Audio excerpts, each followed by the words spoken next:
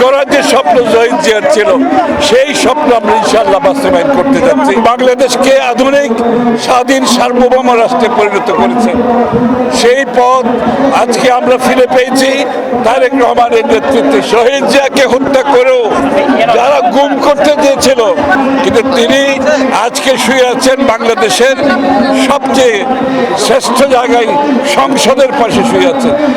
যে গণতন্ত্রের জন্য উনি প্রথম বাংলাদেশে একদলীয় শাসন থেকে গণতন্ত্র, বহুদলীয় গণতন্ত্র প্রবর্তন করেছেন, আজকে সংসদের পাশে উনি শুয়ে আছেন। আমরা তার প্রতি শ্রদ্ধা জানাচ্ছি।